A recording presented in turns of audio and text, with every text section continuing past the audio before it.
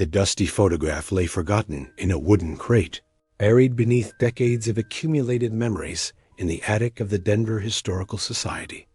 Sarah Mitchell, a young archivist with keen eyes and an insatiable curiosity for the past, carefully lifted the sepia-toned image into the afternoon light streaming through the small window. The photograph showed a lone cowboy sitting on a weathered fence post, his rifle resting casually across his lap. Behind him stretched the endless expanse of the Colorado Territory, with rolling hills disappearing into the horizon. The man appeared relaxed, almost casual, his wide-brimmed hat casting shadows across his weathered face. His clothes were typical of the era-worn leather chaps, a simple cotton shirt, and boots that had seen countless miles of harsh terrain. At first glance, nothing seemed unusual about the image. It was dated 1883, written in faded ink on the back, along with a single name, Jake. Sarah had seen hundreds of similar photographs from that period: cowboys, ranchers, and settlers documenting their lives on the frontier. Yet something about this particular image made her pause. The quality of the photograph was remarkably clear for its age, capturing details that seemed almost too sharp, too precise. She could make out individual strands of the cowboy's hair beneath his hat, the intricate stitching on his leather holster, even the texture of the wooden fence beneath him. Sarah set the photograph on her desk, reaching for her magnifying glass. As a professional archivist, she had learned to trust her instincts when something felt out of place. The Old West was full of stories, some heroic, others tragic, and many that had been deliberately forgotten.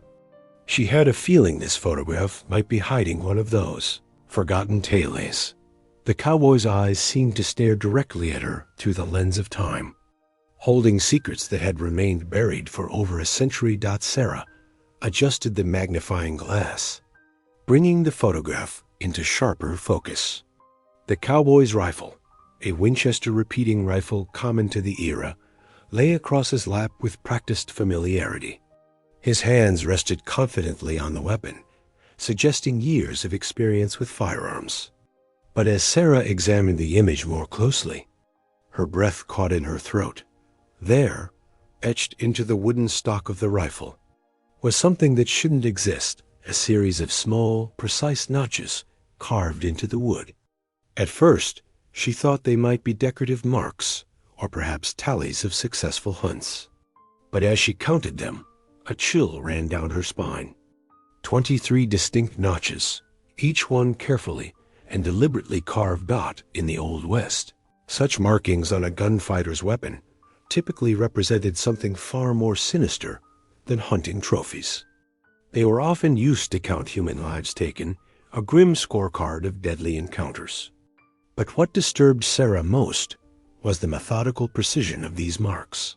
They weren't random scratches made in haste or emotion, but careful, deliberate carvings that suggested premeditation. She leaned back in her chair, her mind racing. If these notches represented what she suspected, this seemingly innocent photograph of a relaxed cowboy might actually document one of the most prolific killers in the American frontier. But who was Jake, and why had his photograph survived when so many others had been lost to time? Sarah reached for her research files, pulling out volumes of historical records from 1883 Colorado Territory. Somewhere in these dusty pages, she might find answers to the questions that were beginning to form in her mind. The cowboy's calm demeanor in the photograph took on a more ominous quality as she considered the possibility that she was looking at evidence of multiple murders. The afternoon light was beginning to fade, casting longer shadows across her desk. But Sarah's investigation was just beginning. Sarah's fingers moved quickly through the yellowed pages of territorial records, searching for any mention of a cowboy named Jake in 1883 Colorado. The Historical Society's archives contained decades of newspaper clippings, sheriff's reports, and personal correspondence from settlers and law enforcement officials who had lived through the tumultuous years of westward expansion. after 2 hours of careful searching, she found her first clue. A brief mention in the Rocky Mountain News. Dated August 15, 1883, local rancher Jake Thompson reported missing cattle. Suspects rustlers operating in the area. The name matched, and the time frame was perfect. But it provided little additional information about the man in the photograph. Sarah continued her search, moving through criminal records and court documents from the period. The Colorado Territory in 1883 was a lawless place, where justice was often dispensed by individual citizens rather than established legal systems. Sheriffs were few and far between, and many disputes were settled with gunfire rather than legal proceedings. As the evening wore on, Sarah discovered more references to Jake Thompson. He appeared in several property records as the owner of a small ranch about 50 miles southeast of Denver. Neighbors described him as a quiet, solitary man who kept to himself and was known for his skill with firearms. But there was something else. Several mentions of mysterious disappearances in the area where Thompson's ranch was located between 1881 and 1884. At least 12 people had vanished without a trace in the surrounding territory. Most were drifters, cowboys looking for work, or settlers passing through on their way to California. The local sheriff's reports noted these disappearances but offered no explanations or leads. In the vast wilderness of the Colorado Territory, people disappeared regularly due to harsh weather, wild animals, or simple misfortune. But Sarah was beginning to suspect that Jake Thompson might have played a role in at least some of these vanishings. The 23 notches on his rifle were starting to make terrible sense. Sarah spread the documents across her desk, creating a timeline of events surrounding Jake Thompson's ranch. What she discovered made her stomach turn. The pattern was subtle, but unmistakable. Every few months between 1881 and 1884, someone would disappear in the vicinity of Thompson's property. And each disappearance coincided with reports of Thompson being seen in the nearest town, purchasing supplies or conducting business. The missing persons included travelers, cowboys seeking employment, and even a few families heading west. Most were people who wouldn't be immediately missed, individuals without strong community ties or family members searching for them. It was as if someone had deliberately targeted the most vulnerable members of the Frontier Society. Sarah found a particularly disturbing entry in the journal of Martha Whitman, a local schoolteacher who had documented daily life in the territory. Martha wrote about a young cowboy named Billy who had stopped at Thompson's ranch looking for work in the spring of 1883. Billy had been traveling with 2 companions, but when they were next seen in town, Billy was nowhere to be found. When questioned, his companions claimed Billy had decided to head south to New Mexico, but Martha noted that Billy had specifically told her he was planning to work through the summer before moving on. Another entry described a family of 4 parents and 2 young children who had stopped at Thompson's ranch to water their horses and rest for the night. The family was never seen again, though their wagon was later found abandoned near a ravine about 10 miles from Thompson's property. The official report listed their deaths as an accident, but Martha's journal questioned why the wagon had been stripped of all valuable items before being discovered. As Sarah read these accounts, she began to understand the full scope of what might have happened. Jake Thompson's isolated ranch had provided the perfect cover for a series of calculated murders. Travelers would stop seeking shelter, food, or directions, and they would simply vanish. The vast wilderness would hide the evidence, and Thompson's reputation as a quiet, solitary rancher would deflect suspicion. Sarah's research led her to the personal papers of Sheriff William Hayes, who had served the territory from 1882 to 1885. Among his official reports and correspondence, she found a series of private notes that revealed his growing suspicions about Jake Thompson and the disappearances in his district. in a letter to his brother, dated September 1883. Sheriff Hayes wrote, "I've been watching Thompson for months now. Every time someone goes missing, he shows up in town within a day or two, always with a story about finding abandoned belongings or seeing travelers heading in different directions. He's too convenient, too helpful, and something about his eyes makes my skin crawl." Hayes had apparently begun his own investigation, though he had been careful to keep it unofficial. The sheriff lacked sufficient evidence to make an arrest, and Thompson's standing in the community as a hard-working rancher made accusations difficult. But Hayes had started documenting Thompson's movements and correlating them with the disappearances. One particularly revealing entry described Hayes's visit to Thompson's ranch in October 1883. The sheriff had ridden out under the pretense of warning about increased rustling activity in the area, but his real purpose was to observe Thompson's property. Hayes noted that the ranch appeared unusually prosperous for such a small operation. Thompson had high-quality horses, expensive equipment, and supplies that seemed beyond the means of a modest cattle rancher. Most disturbing was Hayes's observation about Thompson's demeanor during the visit. "He was too calm, too controlled," the sheriff wrote. "When I mentioned the missing travelers, he showed no surprise, no concern, just nodded and offered his help in finding them. A normal man would have been worried about his own safety with dangerous people operating in the area. Thompson acted like he already knew there was no threat to him." Sarah realized that Sheriff Hayes had been building a case against Thompson, gathering evidence piece by piece. But then she noticed something troubling Hayes's reports stopped abruptly in November 1883, just a month after his visit to Thompson's ranch. Sarah's heart raced as she searched through the remaining records for any mention of Sheriff Hayes after November 1883. What she found confirmed her worst fears. According to official records, Sheriff William Hayes had died in a hunting accident on November 20th, 1883. His body was found at the bottom of a steep ravine, apparently having fallen while tracking a wounded deer.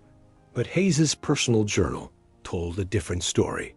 His final entry, dated November 18th, 1883, revealed his plans to confront Jake Thompson with evidence he had gathered. Hayes had discovered something significant, a cache of personal belongings hidden near Thompson's ranch that belonged to several of the missing travelers. The sheriff had planned to search Thompson's property thoroughly and make an arrest if he found additional evidence. "Tomorrow I ride to Thompson's ranch," Hayes had written. "I've found enough evidence to justify a search. If my suspicions are correct, Thompson has been murdering travelers for their money and belongings for over 2 years. May God forgive me if I'm wrong, but I believe I'm dealing with one of the most dangerous men in the territory."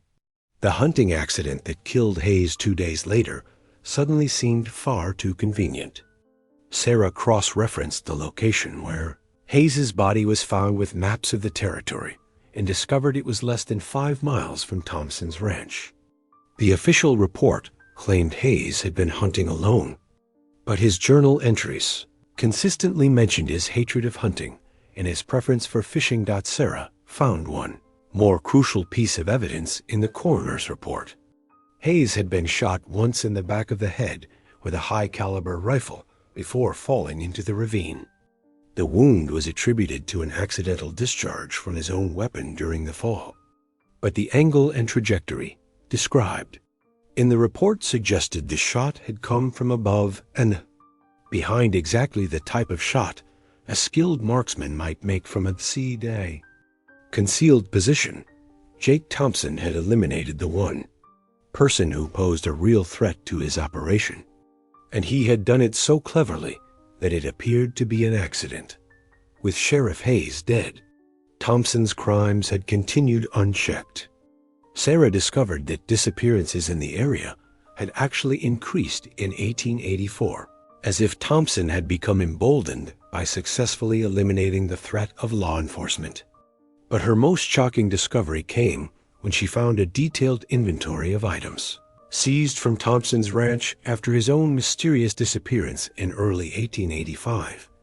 The inventory, compiled by Hayes's replacement, Sheriff Robert Morrison, included hundreds of personal items that clearly belonged to travelers' watches. Jewelry, family photographs, letters, and even children's toys. Morrison had been overwhelmed by the scope of what he found hidden in Thompson's barn and cellar.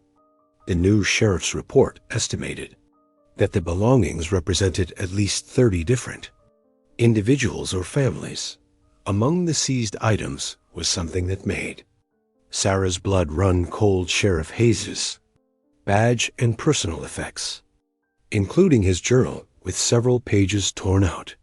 Thompson had kept trophies from his victims, including the lawman who had gotten too close to the truth. But the most disturbing discovery was a detailed ledger found in Thompson's house. Written in Thompson's own hand, it contained dates, names, and brief descriptions of his victims, along with notes about their possessions and the methods he had used to kill them. The ledger confirmed that Thompson had been operating as a systematic killer for over 4 years, targeting vulnerable travelers who stopped at his ranch. The 23 notches on Thompson's rifle in the photograph suddenly made perfect sense. They represented 23 confirmed kills, each one carefully recorded in his private ledger. But according to the ledger, Thompson had actually killed more than 40 people. Apparently, he had run out of room on his rifle stock and had stopped adding notches. Sarah realized she was looking at evidence of one of the most prolific serial killers in American frontier history. Jake Thompson had used his isolated ranch as a trap, luring unsuspecting travelers to their deaths and stealing their possessions to fund his operation. Sarah's research revealed the dramatic conclusion to Jake Thompson's killing spree. In January 1885, Thompson had made a fatal mistake by targeting the wrong victim. A wealthy businessman named Charles Richardson had stopped at Thompson's ranch while traveling from Denver to Colorado Springs with a large sum of money intended for a land purchase. Richardson was different from Thompson's usual victims. He was well connected, expected at his destination, and traveling with detailed itineraries that multiple people knew about. When Richardson failed to arrive in Colorado Springs, a search party was organized immediately. Led by federal marshals rather than local law enforcement, the search party found Richardson's body buried in a shallow grave on Thompson's property, along with the remains of several other victims. But when they arrived at the ranch to arrest Thompson, they discovered he had fled. Evidence suggested he had left in haste, abandoning most of his possessions and taking only his horse, rifle, and a small amount of money. What followed was one of the largest manhunts in Colorado Territory history. Federal marshals, local law enforcement, and civilian volunteers combed the wilderness for weeks, following Thompson's trail through the mountains. The killer had proven to be as skilled at evading capture as he was at murder, using his knowledge of the terrain to stay ahead of his pursuers. The hunt finally ended on February 15, 1885, near the border with New Mexico Territory. A group of federal marshals had cornered Thompson in a box canyon with no escape route. According to their report, Thompson had refused to surrender and had opened fire on the marshals with his rifle. The gunfight had lasted nearly an hour, with Thompson using the rocky terrain for cover and picking off his pursuers with deadly accuracy.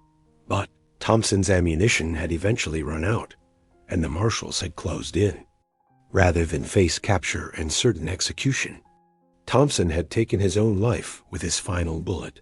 Sarah's investigation had revealed the truth about Jake Thompson, but questions remained about the photograph itself. Why had it survived when so many other records had been lost or destroyed? Who had taken it, and why had they preserved it for posterity? The answer came in a collection of letters she found in the archives of the U.S. Marshal Service. The photograph had been taken by Deputy Marshal Thomas Evans, who had been conducting a covert investigation of Thompson's activities in late 1883. Evans had posed as a traveling photographer, documenting life on the frontier while secretly gathering evidence against the killer. Evans's letters to his supervisor in Denver revealed that he had suspected Thompson's involvement in the disappearances, but had needed photographic evidence to support his case. The deputy marshal had visited Thompson's ranch under the guise of offering to take a commemorative photograph, and Thompson had agreed, apparently enjoying the attention and completely unaware that he was being investigated. The photograph was intended to serve as evidence in Thompson's eventual trial, documenting his possession of the rifle with its telltale notches. Evans had captured every detail with deliberate precision, creating a permanent record of Thompson's weapon and its grim tally of victims. Evans's investigation had been cut short by Sheriff Hayes's murder. Recognizing that Thompson had become aware of law enforcement interest and was eliminating threats, Evans had been forced to withdraw from the area for his own safety. He had sent the photograph to Denver with a detailed report, but bureaucratic delays and territorial jurisdictional issues had prevented immediate action. By the time federal marshals were ready to move against Thompson, the killer had claimed more victims and eventually fled the territory. The photograph had remained in the files as evidence in a case that was ultimately closed when Thompson died in the shootout with federal marshals. Evans had preserved the image as a reminder of how close they had come to stopping one of the frontier's most dangerous killers before he could claim more lives. Sarah sat back in her chair, overwhelmed by the magnitude of what she had uncovered. The innocent-looking photograph of a cowboy with his rifle had revealed one of the most disturbing criminal cases in the history of the American frontier. Jake Thompson had been responsible for the deaths of more than 40 innocent people, including a law enforcement officer who had tried to stop him. The photograph now took on an entirely different meaning. What had appeared to be a casual portrait of frontier life was actually evidence of systematic murder, carefully documented by a federal marshal who had risked his life to gather proof of Thompson's crimes. The 23 notches on the rifle were a chilling scorecard of human lives, lost to one man's greed and brutality. Sarah began preparing a comprehensive report for the Historical Society, documenting Thompson's crimes and the brave efforts of Sheriff Hayes and Deputy Marshal Evans to stop him. The story would be added to the official records of Colorado's territorial period, ensuring that the victims would finally be remembered and their killer's true nature would be known. But the photograph would remain. As more than just evidence, it would serve as a reminder of how appearances could deceive and how evil could hide behind the most ordinary facades. Thompson had looked like any other frontier rancher, living a quiet life on his isolated property. In reality, he had been a predator who had turned his ranch into a killing ground. As Sarah carefully placed the photograph back in its protective sleeve, she reflected on the importance of preserving historical records. Without the dedication of people like Sheriff Hayes and Deputy Marshal Evans, and without the careful preservation of documents and photographs, Thompson's crimes might have remained a mystery forever. The cowboy in the photograph would no longer be just an anonymous figure from the past. He would be remembered as Jake Thompson, one of the American frontier's most notorious killers, and his victims would finally have their stories told.